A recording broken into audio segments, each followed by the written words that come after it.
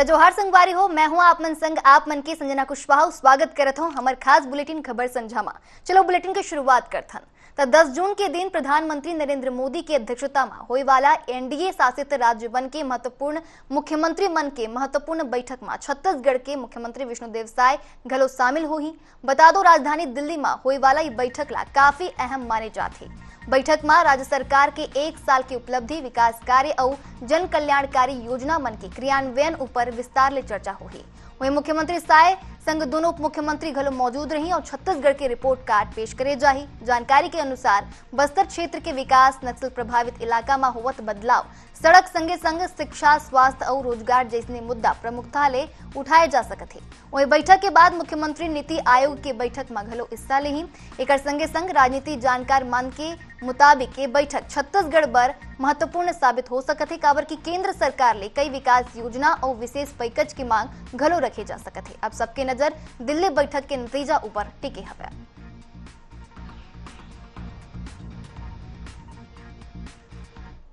देखिए, पहले ही देश के गृह मंत्री जी ने बहुत स्पष्ट कर दिया है, आदरणीय अमित शाह जी ने, कि हम बस्तर संभाग को देश का सबसे विकसित ट्राइबल डिवीजन बनाएंगे। और उसके लिए अभी पिछली प्रवास में माननीय मुख्यमंत्री जी के साथ गृह मंत्री जी की बहुत विस्तार से इस पर बातचीत हुई है और इस दिशा में काम होने ही लगा है, काम प्रारंभ हो गया है।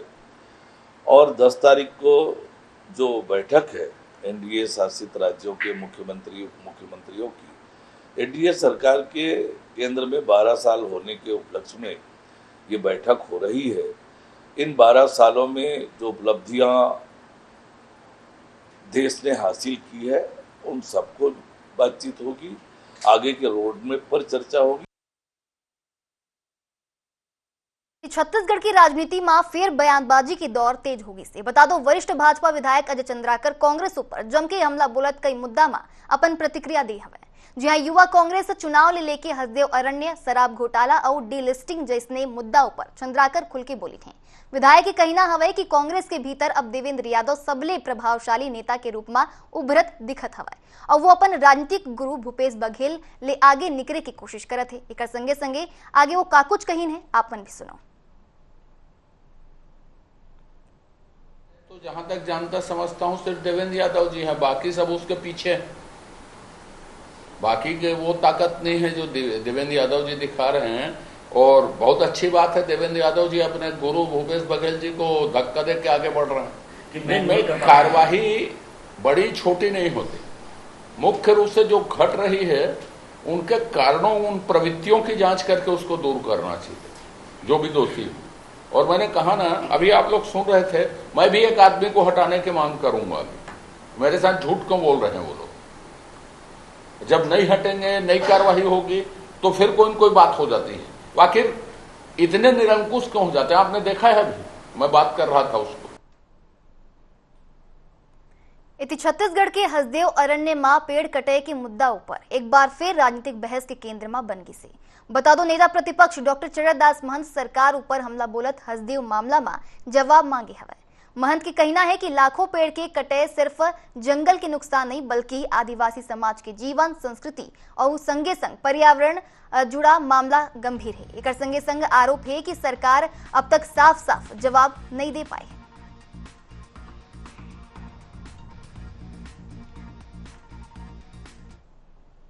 उसे मैं माननीय टी.एस. सिंहदेव जी के वक्तव्य से सहमत हूँ। जब वो छत्तीसगढ़ में विधानसभा में ये स्वीकृति प्रदान कर दी गई है कि छत्तीसगढ़ में अब बिजली कारखानों को जमीन आवंटित न किया जाए हसदेव क्षेत्र में, और पूरी तरीके से एकमत होकर सब लोगों ने कहा है, छत्तीसगढ़ के विधायकों ने, तो राजस्थान विद्युत उत्पादन निगम को जमीन देने का मामला जो आया है केते एक्सटेंशन के नाम से, उसका मैं विरोध करता हूं। और ये भी कहना चाहता हूं कि अभी देश में पर्याप्त कोयला उत्पादन हो रहा है, छत्तीसगढ़ में हो रहा है, और 2035 तक अभी कोयले की नई जरूरत नहीं है। इति रायपुर जिला के आरंग इलाका में स्थित मंदिर हसौद के मिवान स्टील प्लांट में मंगलवार बिहनिया एक बड़े हादसा हो गए। बता दो करीब 4 बजे प्लांट के भीतरी जोरदार धमाका हुई, जिन बाद भीषण आग भड़क उठी। धमाका अतका जबरदस्त रही कि ओकर आवाज दूर दूर तक सुनाई पड़ी और पूरा इलाका दहल उठे। बता दो हादसा के बाद प्लांट ले उठत धुआं के गुब्बार कई किलोमीटर तक दूर ले दिखे रहे। घटना के बाद अफरा तफरी मच गई और कर्मचारी मन में डर के माहौल बन गई से। बता दो प्रारंभिक जानकारी मुताबिक बॉयलर फटे के कारण ये धमाका होए की आशंका जताए जाते। फायर ब्रिगेड और बचाव टीम मन तत्काल मौका में पहुंची और घंटों की मशक्कत के बाद बिहनिया 7 बजे आग ऊपर काबू पाई गई। हालांकि हादसा में कतका नुकसान हुई से बात की आधिकारिक जानकारी अभी तक सामने नहीं आई से। फिलहाल प्रशासन और संबंधित विभाग घटना की जांच में जुट गए हवे। हादसा के सही कारण जांच रिपोर्ट के बाद ही साफ हो सके।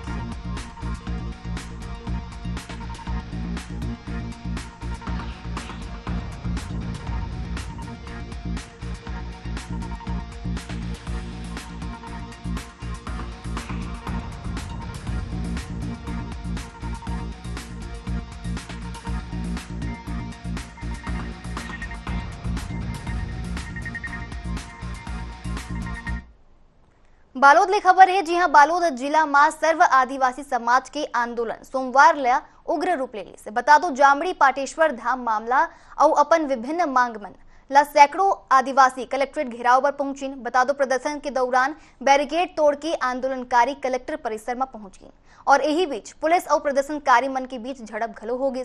बता दो हालात ला नियंत्रित करे पर फायर ब्रिगेड के पानी के बौछार तक चलाए गए, फिर आंदोलनकारी पीछे नहीं हटे। वही प्रदर्शनकारी मन जामड़ी पाटेश्वर धाम के संचालकों पर संरक्षित वन क्षेत्र में कब्जा, आदिवासी आस्था संग छेड़छाड़ और वन कानून उल्लंघन जैसे गंभीर आरोप लगाए हैं। आज का आंदोलन विगत 5 साल से चलते रहे आंदोलन का एक रूप था। हमारा विश्वास था कि प्रशासन काम करेगा। क्या है, पूर्व में डीएफओ और वन परिक्षेत्र अधिकारी ने तुएगोंदी जो क्षेत्र है उसमें अवैध निर्माण, अवैध कब्जा और जंगल कटाई के लिए तथाकथित वहाँ जो बाबा हैं, बाबा बालक दास, उनके खिलाफ आरोप अभियुक्त बनाए थे, जिसका पत्र पूरे प्रशासन गया था। उसके बाद समाज ने आरोप आपत्ति लगाया तो शासन ने सामान भी जब्ती किया और उस निर्माण को अवैध माना। आदिवासी समाज के द्वारा एक ज्ञापन जिला प्रशासन को प्रस्तुत किया गया है, जिसमें 60 बिंदुएं थी। जो इनकी प्रमुख मांग था कि ग्राम तुएगोंदी मंगचुआ थाना से अंतर्गत तहसील डौंडी लोहारा में अवैध निर्माण कार्य कराई जा रही हैं और उस पर तत्काल रोक लगाए जाने की मांग सर्व आदिवासी समाज के द्वारा की गई।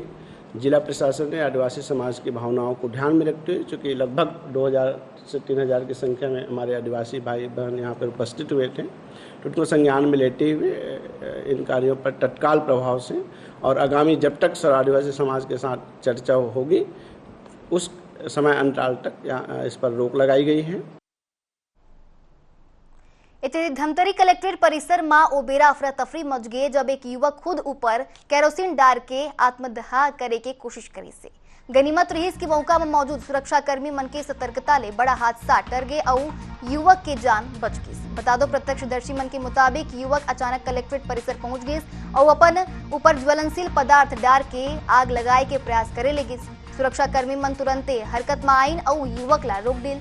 एक संगे संग घटना के बाद परिसर में हड़कंप मच गए और भारी भीड़ जुट गई। बता दो युवक बीजेपी पार्षद नीलेश लुनिया ऊपर गंभीर आरोप लगावत कही से कि ओकर मकान के सामने जबरदस्ती गड्ढा खुदवाई जात हवे, जेकर स्थिति वो काफी परेशान हवे। फिलहाल पुलिस युवक ले पूछताछ करत हवे और पूरा मामला की जांच शुरू कर दी से।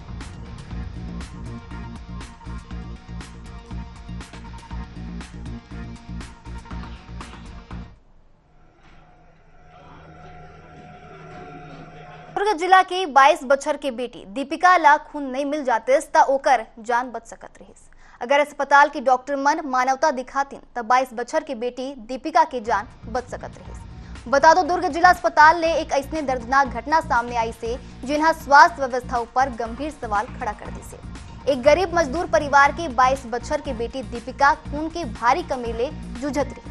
परिवार के लोगन के कहना है कि वो मन अपन बेटी के जान बचाए बर लगातार 48 घंटा तक अस्पताल के चक्कर काटत रही। डॉक्टर मन ले गुहार लगावत रहीन और खून बर डोनर खोजत रही। फिर सिस्टम की सुस्ती और लापरवाही के आगू एक गरीब परिवार हार गई। बता दो परिजन के आरोप है कि अस्पताल में ना तो समय में डोनर की व्यवस्था हुई और ना ही ब्लड बैंक ले जरूरी मिलत रही।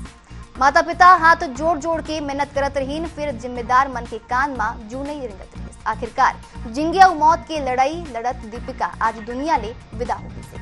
सबले दुखद बात यह हवे कि दीपिका 12वीं के बाद IIT पढ़े रही और अपन गरीब परिवार के सहारा बने बर कपड़ा दुकान में काम करत रही। जिन बेटी परिवार के सपना ला पूरा करे के सोचत रही वो आज सिस्टम के लापरवाही के भेंट चढ़ चुकी से। बता दो युवती के मौत के बाद अस्पताल परिसर में मातम परसर गए है। महतारी अपन बेटी के लाश देख के बेसुध हो गए है और पूरा परिवार रो रो के बेहाल हो गए। अब सवाल ये उठत हवे कि जिन अस्पताल में जिंदगी बचाए जाते वहाँ खून की कमी ले एक जवान बेटी की मौत आखिर काबर हुई। का गरीब मन के जान की कोनो कीमत नहीं है।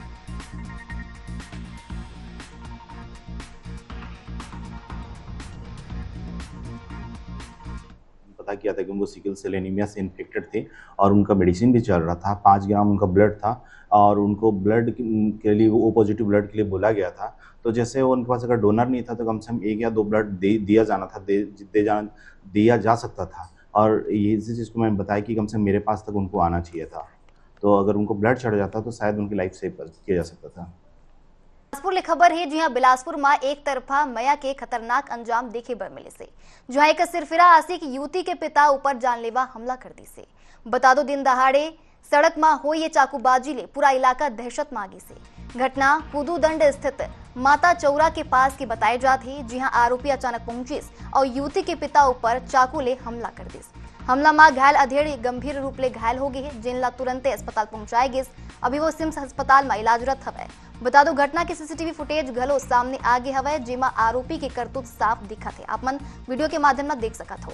भी सड़क में हो ये वारदात ते राहगीर मन घबरा गए और कुछ देर भर अफरा तफरी मन के माहौल बन गए। बता दो पुलिस फुटेज के आधार में आरोपी की खोजबीन करत हवे।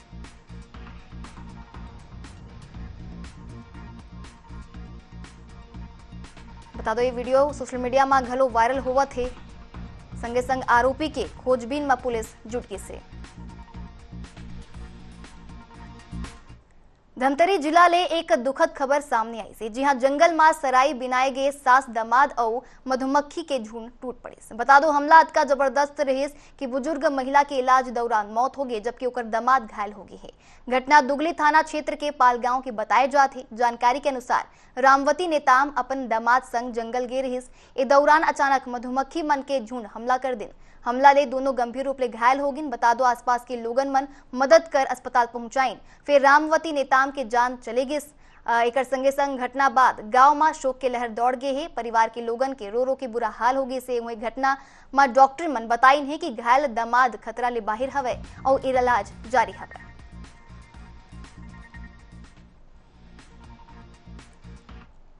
आज जिला अस्पताल धमतरी में पालगांव निवासी 75 ईयर ओल्ड रामवती नेताम के शव को पोस्टमार्टम दिलाया गया है। सूत्रों के हवाले से ज्ञात हुआ है कि वो कुछ वनोपज इकट्ठा करने जंगल गए थे। वहां पे मधुमक्खियों ने उन पर हमला किया था और उनका प्राथमिक उपचार CSC नगरी से उपरांत यहाँ जिला अस्पताल में रिफर किया गया था। यहाँ पे उपचार के दौरान उनकी मृत्यु हुई। अभी पोस्टमार्टम जारी है। मृत्यु के एग्जैक्ट कारण पोस्टमार्टम रिपोर्ट के बाद बताया सके। इति दुर्ग पुलिस ला बड़े सफलता मिले से, जी हाँ गांजा तस्करी बर आरोपी मन अतका हाईटेक तरीका अपनाए रही कि सामान्य जांच में ओमन के राज पकड़ाए मुश्किल रहे। ओडिशा ले गांजा लेकर आज तस्कर मन अपन क्रेटा कार के चारों दरवाजा में गुप्त चैम्बर बनवा रखे रहीन और ओकर ऊपर फाइबर सीट चिपका दे रहीन ताकि कोनो ला शक नहीं होए। एक संगे संग मुखबिर ले मिले सूचना के बाद कुम्हारी ओवरब्रिज के नीचे पुलिस और क्राइम ब्रांच की टीम घेराबंदी करके वाहन लगे रोक लीन। एक संगे संग जांच के दौरान पुलिस ला गांजा की गंध महसूस हुई, जेकर बाद बारीकी ले तलाशी ले गई। जांच में 14 किलो गांजा बरामद हुई से, जेकर कीमत करीब 7.5 लाख रुपए बताए जाते। पुलिस 2 आरोपी ला गिरफ्तार करे हवे, जेमा एक ओडिशा और दूसर कुम्हारी के रहिया बताए जाते।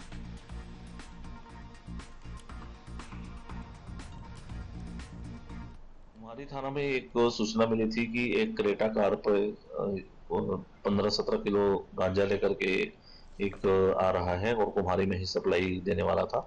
जिसके आधार पर उस क्रेटा कार को घेराबंदी कर पकड़ा गया और उसकी जांच की गई। तो उसके डोर में चेंबर बनाए हुए थे और उस चेंबर में लगभग 14.5 किलो गांजा रखा हुआ पाया गया। विधिवत वैधानिक कार्रवाई की गई है और जिसको वो सप्लाई करने वाला था उसको भी गिरफ्तार किया गया है।